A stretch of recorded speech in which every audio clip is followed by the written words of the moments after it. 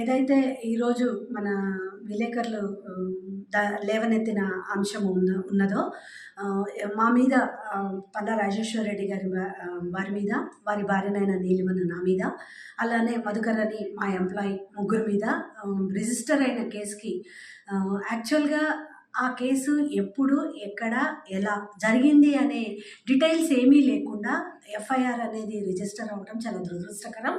ఆ రాధిక అనే వ్యక్తిని కానీ, వారి husband Siddheshwar or someone his name is వారిని కానీ మేము ఎప్పుడు కలవటం కానీ, చూడటం కానీ, వారితో మాట్లాడటం కానీ అసలు మా నుంచి కానీ, మా వైపు నుంచి కానీ ఎవరం కూడా లేదు. నేను గత 2011 నుంచి నేను అనురాగ్ యూనివర్సిటీలో ఇన్వాల్వ్ రావటం జరిగింది. 2015 నుంచి ఎప్పుడైతే రాజేశ్వర్ రెడ్డి గారు పాలిటిక్స్లోకి ఎమ్మెల్సీగా ఎన్నికయ్యారో అప్పటి నుంచి ఫుల్ టైమ్గా మేనేజింగ్ ట్రస్టీగా ఉండి సిఈఓగా నేనైతే విధులు నిర్వర్తిస్తున్నాను.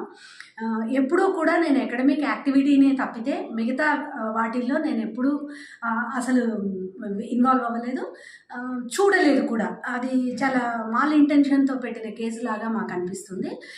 మేము కూడా అధికారులను అదే అడగటం జరిగింది. మీరు మాకు పెట్టే ముందు మా వాయిస్ తీసుకున్నారా, మమ్మల్ని అడిగారా, మమ్మల్ని ఏమైనా రికార్డ్ చేయమని చెప్పారా, సబ్మిట్ చేయమని చెప్పారా?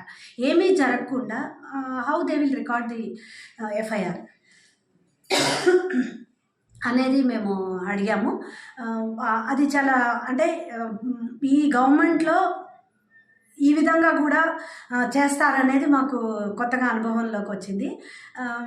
అంటే ఒక సమాజంలో ఒక ఉన్నతమైన చదువులు చదువుకొని ఒక రెస్పెక్టబుల్ పొజిషన్స్లో ఉండి ఒక ఎడ్యుకేషన్ ఇన్స్టిట్యూషన్స్ని నడుపుతూ రాజేశ్వర్ రెడ్డి గారు ఈరోజు ఒక ఎమ్మెల్యేగా కంటెస్ట్ చేస్తున్నాం. మాలాంటి వ్యక్తుల మీద ఇటువంటి ఆరోపణలు అంటే ఫాల్స్ ఎలిగేషన్స్ని తీసుకొచ్చి దాన్ని మీడియాలో బయట సర్క్యులేట్ చేయటం అనేది చాలా దురదృష్టకరం. నేను ఈ సందర్భంగా ప్రభుత్వ అధికారులకు కూడా చెప్తున్నాను, మీరు దయచేసి మాది కూడా తీసుకోండి, మమ్మల్ని అడగండి, దెన్ యూ ప్రొసీడ్. ఒకవేళ అటువంటి ఏమీ జరగని దానికి మీరు ఎలా రిజిస్టర్ చేస్తారు? కాబట్టి ఇది చాలా మాల్ ఇంటెన్షన్తో చేసిందనే చెప్తున్నాను. అటువంటి వ్యక్తుల్లో కూడా మేము చూడలేదు లాస్ట్ 6 monthsలో కానీ, లాస్ట్ 15 yearsలో కానీ. కాబట్టి ఇది ఖచ్చితంగా వేరే ఉద్దేశంతో చేసిందనే అర్థమవుతుంది. ఈరోజు ఒకవేళ నిజంగా అటువంటిది ఏదన్నా వాళ్ళు ఉందని నమ్మితే they can go, it is an civil matter. Civil కోర్ట్స్కి వెళ్ళొచ్చు, వారు కోర్టులో నిజంగా వాళ్ళు ఫైట్ చేయొచ్చు. కాబట్టి ఖచ్చితంగా మేము చాలా గట్టిగా బలంగా నమ్ముతున్నాం, చట్టం తన పని తను చేస్తుంది, న్యాయం గెలుస్తుంది. మా తరఫున ఖచ్చితంగా వీఆర్ ద విన్నర్స్. ఇప్పుడు మెడికల్ కాలేజ్ పార్కింగ్ ఏరియాలో ఉన్న 795 సర్వే నెంబర్లో చాలామంది ప్లాట్లు మీరు బలవంతంగా తీసుకున్నారని ఆరోపణలు ఉన్నాయి మేడం. తక్కువ ధరకు అటువంటి మా ఆధీనంలో ఉన్న ఏ ల్యాండ్లో కూడా డెవలప్మెంట్ కోసం మేము కొంత ఎక్వైర్ చేసుకున్న ల్యాండ్ ఉంది. మా కాలేజీ బిల్డింగ్స్ కానీ మాకు సంబంధించిన ఏవి కూడా కన్స్ట్రక్షన్స్లో లేవు.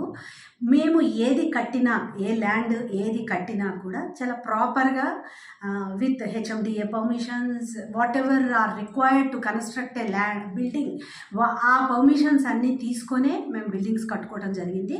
వాటన్నిటికీ మా దగ్గర ప్రూఫ్స్ ఉన్నాయి, మా దగ్గర అవి ఉన్నాయి. అటువంటి ఏదున్నా కూడా కోర్టులు నిజానిజాలు తెలుస్తాయి. ఓకే.